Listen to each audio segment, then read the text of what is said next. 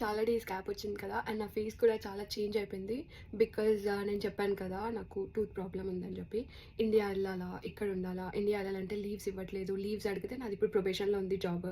ఇప్పుడు లీవ్స్ అడిగితే under contract పడిపోద్ది, జాబ్ పోద్ది. మళ్ళీ ఇండియా వెళ్ళి వచ్చే లోపల ఇక్కడ రెంట్ కట్టుకోవాలి, బిల్స్ కట్టుకోవాలి. సో అంతా పెద్ద ప్రాసెస్. సో ఇండియా వెళ్ళకుండా ఇక్కడే ఇంకా రూట్ కెనాల్ చేస్తే చాలా కాస్ట్ అవుతుందని చెప్పి విస్టమ్ టూత్ అనుకున్నాం కదా. విస్టమ్ టూత్ కాదు నా ప్రాబ్లం, దానికన్నా ముందు పన్ను క్యావిటీ వచ్చింది.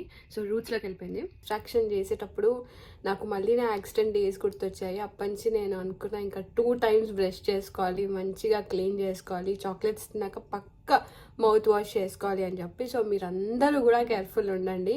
అబ్రాడ్లో ఉన్న వాళ్ళైతే ఇంకా కేర్ఫుల్ ఉండాలి, ఎందుకంటే ఇక్కడ డెంటల్ ఎక్స్పెన్సివ్ అనమాట. నాలుగు £800 to £1000 అడుగుతున్నారు. అంత ఎఫర్ట్ చేయలేము. దానికన్నా బదులు ఇండియా రావాలనుకుంటాము, కానీ ఎన్నో ఉంటాయి ఇక్కడ మనం ఆగిపోవడానికి.